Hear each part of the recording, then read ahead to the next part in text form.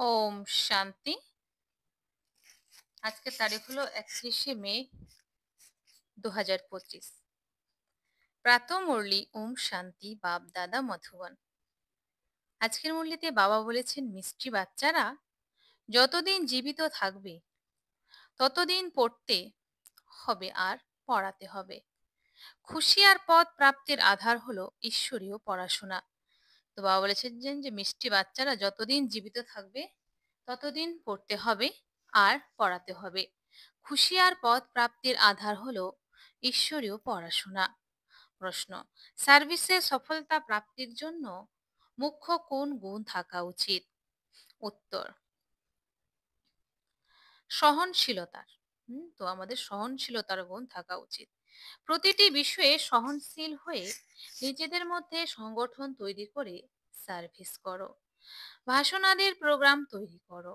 মানুষকে নিদ্রা থেকে জাগ্রত করার জন্য নানান ধরনের ব্যবস্থাপনা করতে হবে। যে সৌভাগ্যশালী হবে সে পড়াশোনাও করবে আর আগ্রহ সহকারে। গীত: আমাদের সেই পথে চলতে হবে। ওম শান্তি। বাচ্চারা তোমরা বাচ্চারা তোমরা কি চিন্তা করে এখানে মধুবনে আসো? পড়া পড়তে আসো কি? বাবা জিজ্ঞেস করছে যে বাচ্চারা তোমরা মধুবনে কি চিন্তা করে এখানে আসো? কার হুম কার কাছে? বাপ দাদার কাছে। এ হলো নতুন কথা। কখনো এমন কথা শুনেছো কি যে বাপ দাদার কাছে পড়তে যায়, তাও আবার বাপ দাদা একত্রিত? ওয়ান্ডার, তাই না? তো বাবা মানে শিব বাবা, দাদা মানে ব্রহ্মা বাবাকে বোঝানো হয়েছে। ওয়ান্ডার, তাই না? তোমরা ওয়ান্ডারফুল বাবার সন্তান, তাই না? বাচ্চারা তোমরাও না রচয়িতার না রচনার আদিমধ্য অন্তকে জানতে। এখন সে রচয়িতা আর রচনাকে তোমরা পুরুষার্থের নম্বরের ক্রমানুসারে জেনেছ। যত যত জানবে আর যাকে যত যত বোঝাও সেই মতো ততই খুশি আর পদ প্রাপ্ত হবে। মুখ্য কথা হলো আমরা এখন রচয়িতা এবং রচনার আদিম মধ্য অন্তকে জেনেছি। শুধু আমরা অর্থাৎ ব্রাহ্মণ ব্রাহ্মণীরাই জানি। যতদিন জীবিত থাকবে নিজেকে নিশ্চয় করে বাবা বলছে যতদিন জীবিত থাকবে নিজেকে নিশ্চয় করতে হবে যে আমরা বিকে আর আমরা শিব বাবার কাছ থেকে সমগ্র বিশ্বের উত্তরাধিকার গ্রহণ করছি। সম্পূর্ণরূপে পড়ো বা কম পড়ো সে কথা আলাদা, কিন্তু তাও এ কথা তো জানো, তাই না? আমরা তার সন্তান। পরে প্রশ্ন উঠে পড়ার অথবা না পড়ার, সেই অনুসারে পদ প্রাপ্ত হবে। বাবার কোলে যখন এসেছো তখনই নিশ্চয়ই তো রয়েছে যে আমরা রাজত্বের অধিকারী হয়েছি। আবার পড়াতেও রাত দিনের পার্থক্য হয়ে যায়। কেউ তো অত্যন্ত ভালোভাবে পড়ে আর পড়ায়, এছাড়া আর কিছু বোঝেই না। ব্যাস, পড়া আর পড়ানো, এটাই শেষ পর্যন্ত চলতে থাকবে। ছাত্র জীবনের কোনো পড়া শেষ পর্যন্ত চলে না। তো বাবা বলেছেন যে ছাত্র জীবনের কোনো পড়া কিন্তু শেষ পর্যন্ত চলে না। এর একটা সময় থাকে। এখানে যতদিন জীবিত থাকবে ততদিন তোমাদের পড়তে এবং পড়াতে হবে। নিজেকে প্রশ্ন করো যে কতজনকে রচয়িতা পিতার পরিচয় দাও। মানুষ তো মানুষই, দেখতে দেখতে এদের মধ্যে কোনো পার্থক্য নেই, শরীরেও পার্থক্য নেই। একথা ভেতরে বুদ্ধিতে প্রতিধ্বনিত হতে থাকে। যে যত পড়বে সে তত খুশিতে থাকবে। অন্তরে একথা বিরাজ করে যে আমরা নতুন বিশ্বের মালিক হব। এখন আমরা স্বর্গদ্বারে যাচ্ছি। নিজের মনকে প্রশ্ন করো যে আমাদের মধ্যে কতটা পার্থক্য রয়েছে। বাবা আমাদের নিজের করে নিয়েছেন। আমরা কি থেকে কি হয়ে যাই সব কিছু নির্ভর করে পড়াশোনার উপর। পড়ার মাধ্যমে মানুষ কত উঁচু হয়ে যায় এসব হলো অল্পকালের ক্ষণভঙ্গুর পদমর্যাদা। এর মধ্যে কিছু রাখা কোনো প্রাপ্তি নেই, যেন কোনো কাজেরই নয়, কোনো লক্ষণ ছিল না। এখন এই পড়ার মাধ্যমে কত উঁচু হয়ে যাও, সম্পূর্ণ অ্যাটেনশন পড়াশোনার দিকে দিতে হবে। যাদের ভাগ্যে রয়েছে তাদের মন পড়াশোনায় থাকে। তারা অন্যান্যদেরও পড়ানোর জন্য বিভিন্ন রীতি অনুযায়ী পুরুষার্থ করায়। মন হৃদয় বলে বাবা বলছেন যে মন মানে আমাদের হৃদয় বলে তাদেরকে পড়িয়ে বৈকুণ্ঠের মালিক বানাই। মানুষকে নিদ্রা থেকে জাগ্রত করার জন্য কত মাথা কুটতে থাকে এবং থাকবে। এই প্রদর্শনী ইত্যাদি তো কিছুই নয়, ভবিষ্যতে বোঝানোর জন্য আরো ব্যবস্থা করা হবে। এখন বাবা পবিত্র করেছেন, তাই বাবার শিক্ষার উপর অ্যাটেনশন দেওয়া উচিত। প্রতিটি বিষয়ে সহনশীল হওয়া উচিত। সকলে একত্রিত হয়ে সংগঠন তৈরি করে ভাষণাদির প্রোগ্রাম রাখা উচিত। আমরা এক অল্পের উপরে অত্যন্ত ভালোভাবে বোঝাতে পারি ঈশ্বরকে, যিনি সর্বোচ্চ অদ্বিতীয়। অল্পের মানে ভগবানের উপরেই তোমরা 2 ঘন্টা ভাষণ করতে পারো। এও তোমরা জানো যে অল্পকে স্মরণ করলে খুশি বজায় থাকে।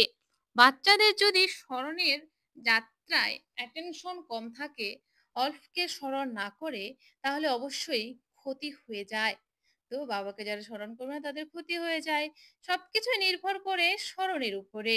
স্মরণ করলে একেবারে স্বর্গে, হেভেনে চলে যায়। স্মরণ ভুললেই অধপতন হয়। এসব কথা আর কেউ বুঝতে পারে না। শিব বাবাকেই তো জানে না, তো বুঝতে পারবে কি করে? তো শিব বাবাকে তারা জানে না। অনেক আড়ম্বর করে যদি কেউ পূজাও করে, স্মরণও করে, তবুও বোঝে না। তোমরা বাবার কাছ থেকে অনেক বড় ধন সম্পদ পাও, ভক্তি মার্গে কৃষ্ণের সাক্ষাৎকারের জন্য কত মাথা কুটতে থাকে। আচ্ছা, যদি দর্শন হয়েও যায় তাতে কি? তাতে কিছু লাভ হয়নি। দুনিয়া দেখো কোনো কথার উপর, বলছে দুনিয়া দেখো কোন কথার উপর চলছে, যেন তোমরা আখের রস পান করছো আর বাকি সমস্ত মানুষ খোসা শোষণ করছে মানে চুষছে। এখন তোমরা পেট ভরে সুগার আখের রস পান করে আধা কল্প সুখ পাও। ভক্তি মার্গে বাকি সকলে খোসা চুষে নিচে অবতরণ করে। বাবা এখন কত স্নেহপূর্বক পুরুষার্থ করান, কিন্তু ভাগ্যে না থাকলে তখন সচেতনতাও থাকে না। না নিজেরা টেনশন দেয়, না অন্যদের দিতে দেয়। না নিজেরা অমৃত পান করে, না অন্যদের পান করতে দেয়। এমন ধরনের অ্যাক্টিভিটি অনেকেরই থাকে।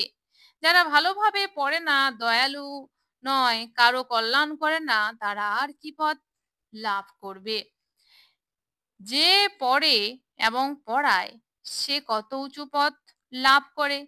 না পড়লে কি পদ লাভ করবে? সেও ভবিষ্যতে রেজাল্ট জেনে যাবে। পরে বুঝতে পারবে যে বরাবর বাবা আমাদের কত সতর্ক করতেন। এখানে বসে রয়েছ, বুদ্ধিতে থাকা উচিত যে আমরা অসীম জগতের বাবার কাছে বসে রয়েছি। তিনি উপর থেকে এসে এই শরীরের ব্রহ্মার মাধ্যমে আমাদের পড়ান, কল্প পূর্বের মতন। এখন আমরা বাবার সম্মুখে বসে রয়েছি, ওনার সঙ্গে আমাদের চলতে হবে, ছেড়ে যাওয়া উচিত নয়।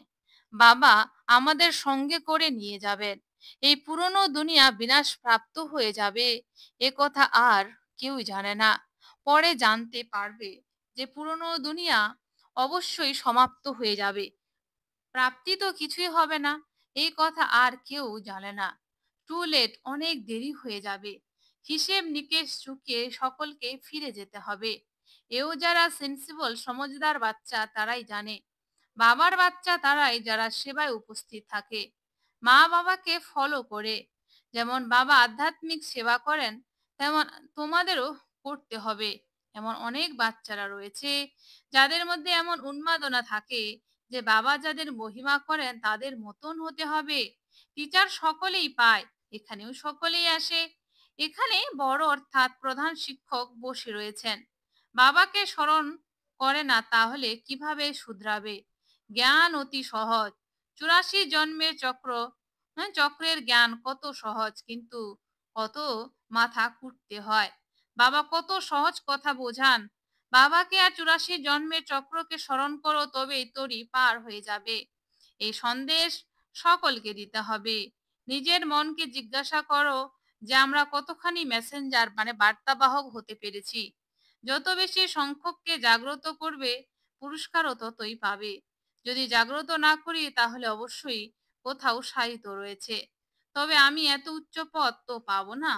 বাবা প্রত্যহ বলেন যে রাতে নিজের সারাদিনের চার্ট পোতামে রাখো, সেবাতেও থাকতে হবে। মুখ্য কথা হলো বাবার পরিচয় দেওয়া। বাবাই ভারতকে স্বর্গে পরিণত করেছিলেন। এখন নরক পুনরায় স্বর্গ হবে। চক্রকে আবর্তিত হতেই হবে। তমপ্রধান থেকে শতপ্রধান হতে হবে। বাবাকে স্মরণ করো, তাহলে বিকার নিষ্কাশিত হয়ে যাবে। সত্যযুগে অত্যন্ত অল্প সংখ্যক মানুষ থাকে। পুনরায় রাবণ রাজ্যে কত বৃদ্ধি পায়? সত্যযুগে 9 লক্ষ, পরে বৃদ্ধি হতে থাকবে। যে প্রথমে পবিত্র ছিল সেই পতিত হয়। সত্যযুগে দেবতাদের প্রবৃত্তি মার্গ ছিল, তারাই পরে অপবিত্র প্রবৃত্তি মার্গের হয়ে যায়। ড্রামা অনুসারে এই চক্রকে আবর্তিত হতে হবে। এখন তোমরা পুনরায় পবিত্র প্রবৃত্তি মার্গীয় হতে চলেছ। বাবা এসেই পবিত্র করেন। তিনি বলেন, আমাকে স্মরণ করো, তবে বিকর্ম বিনাশ হবে। তোমরা আধাকল্প পবিত্র ছিলে, পরে রাবণ রাজ্যে তোমরা অপবিত্র হয়ে গেছো। এও তোমরা এখনোই বুঝেছো। আমরাও একদম ওয়ার্থ নট এ পেনি, মূল্য মূল্য 1 পয়সাও নয়। হ্যাঁ আমরাও ওয়ার্থ নট এ পেনি ছিলাম। এখন কত জ্ঞান পেয়েছি, যার জ্ঞান দ্বারা আমরা কি থেকে কি হয়ে যাই। বাকি অন্যান্য যেসব ধর্ম রয়েছে সেসব সমাপ্ত হয়ে যাবে। যেমন ভাবে জানোয়ার মারা যায়, তেমন ভাবে সকলের মৃত্যু হবে। যখন বরফ পড়ে তখন কত পশু পক্ষী ইত্যাদি মারা যায়। প্রাকৃতিক বিপর্যয় আসবে, এই সব শেষ হয়ে যাবে। এই সব মরেই পড়ে আছে। এই নেত্র দ্বারা যা কিছু দেখছো তা আর ঘটবে না। কিছু বাবা কি ঘটবে না। নতুন দুনিয়া একদম অল্প সংখ্যকই থাকবে। এই জ্ঞান তোমাদের বুদ্ধিতে রয়েছে। জ্ঞানের সাগর বাবাই তোমাদের জ্ঞানের উত্তরাধিকার দিচ্ছেন। তোমরা জানো যে সারা দুনিয়ায় এখন পাকই পাক, মানে নোংরা। তোমরাও পাকে ময়লা হয়ে পড়েছিলে। এখন বাবা পাক থেকে বের করে এনে কত সুন্দর ফুলে পরিণত করেছেন। আমরা এই শরীর পরিত্যাগ করব, আর আত্মা পবিত্র হয়ে যাবে। বাবা সকলকে একরস সমানভাবে পড়াশোনা করান, কিন্তু কেউ সম্পূর্ণ জড়বুদ্ধি সম্পন্ন কিছুই বুঝতে পারে না। এও ড্রামায় নির্ধারিত। বাবাও বলেন যে এদের ভাগ্যে না থাকলে আমি কি করতে পারি।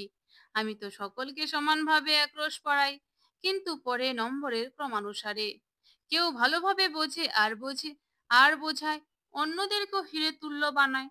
কেউ তো অন্যদের তৈরি করেই না, উপরন্তু তাদের অহংকার কত।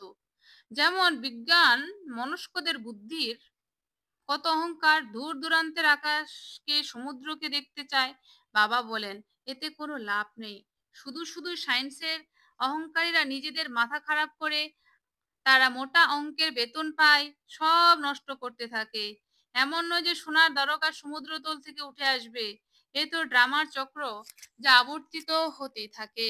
পুনরায় আমরা সময় অনুসারে গিয়ে নিজেদের মহল তৈরি করব।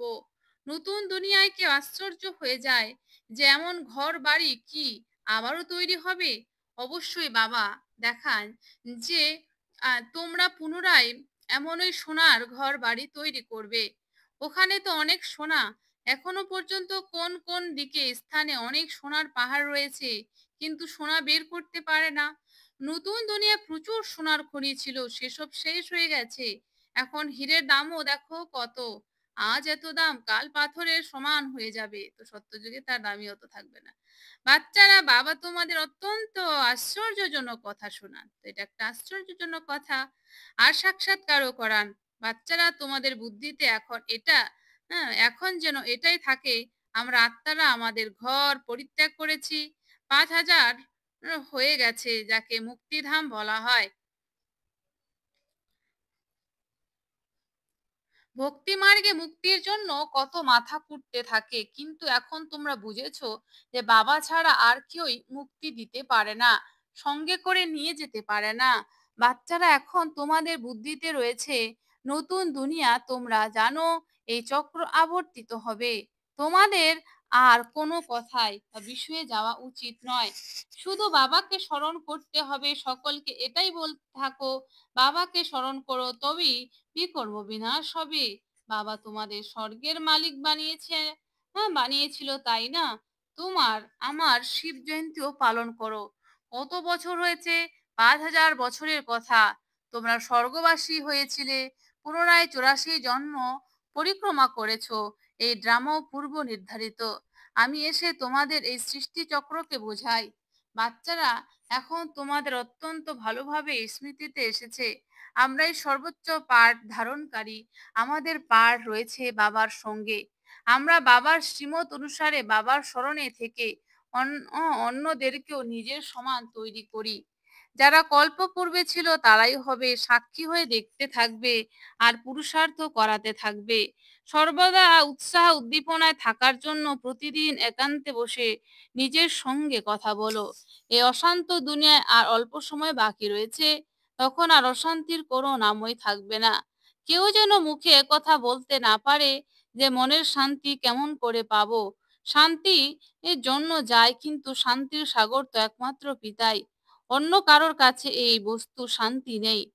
বাচ্চারা, তোমাদের বুদ্ধিতে একথা প্রতিধ্বনিত হওয়া উচিত যে রচয়িতা রচনাকে জানা, এটাই হলো জ্ঞান। এ এক হলো শান্তির জন্য, আরেক হলো সুখের জন্য। সুখ আসে ধনের মাধ্যমে। ধন না থাকলে মানুষ কোনো কর্মের থাকে না। ধনের জন্য কত পাপ করে বাবা অগাধ ধন সম্পদ দিয়েছেন। স্বর্গ সোনার, নরক পাথরের। স্বর্গ হচ্ছে সোনার, নরক হচ্ছে পাথরের। আচ্ছা, মিষ্টি মিষ্টি হারানিধি বাচ্চাদের প্রতি মাতা পিতা বাপ দাদার স্মরণে স্নেহ সুমন আর সুপ্রভাত। আত্মাদের পিতা তার আত্মারূপী বাচ্চাদেরকে জানাচ্ছেন নমস্কার। আমরা সমস্ত আত্মারূপী বাচ্চারা জানাই মাতা পিতা বাপ দাদাকে স্নেহ সুমন আর নমস্কার। ধারণার জন্য মুখ্য সার। 1 নাম্বার, সময় বের করে একান্তে নিজের সঙ্গে কথা বলে নিজেকে উৎসাহিত করতে হবে। সময় বের করে একান্তে নিজের সঙ্গে কথা বলে নিজেকে উৎসাহিত করতে হবে। নিজ সম বানানোর সেবা করার সাথে সাথে প্রত্যেকের ভূমিকাকে সাক্ষী হয়ে দেখার অভ্যাস করতে হবে। নিজস্ব বানানোর সেবা করার সাথে সাথে প্রত্যেকের ভূমিকাকে সাক্ষী হয়ে দেখার অভ্যাস করতে হবে। 2, বাবাকে স্মরণ করে নিজেই নিজেকে শোধরাতে হবে। বাবাকে স্মরণ করে নিজেই নিজেকে শোধরাতে হবে। নিজের মনকে হৃদয়কে জিজ্ঞাসা করতে হবে যে আমি কি মেসেঞ্জার, বার্তাবাহক হয়েছি? কতজনকে নিজের মতন গড়ে তুলেছি? তো নিজেকে ভাবতে হবে যে, দেখতে হবে যে কতজনকে আমি নিজের মতন করে গড়েছি। বরদান, শ্রেষ্ঠ পুরুষার্থের দ্বারা ফাইনাল রেজাল্টে ফার্স্ট নম্বর নেওয়া, পুরন্ত বিহঙ্গ ভব। শ্রেষ্ঠ পুরুষার্থের দ্বারা ফাইনাল রেজাল্টে ফার্স্ট নম্বর নেওয়া, পুরন্ত বিহঙ্গ ভব। স্পষ্টীকরণ, ফাইনাল রেজাল্টে ফার্স্ট নম্বর নেওয়ার জন্য, ফাইনাল রেজাল্টে ফার্স্ট নম্বর নেওয়ার জন্য 1 নম্বরে বুদ্ধির অবিনাশী বৈরাগ্য দ্বারা অতীত হয়ে যাওয়া কথাকে, বুদ্ধির অবিনাশী বৈরাগ্য দ্বারা অতীত হয়ে যাওয়া কথাকে, সংস্কাররূপী বীজকে জ্বালিয়ে দাও।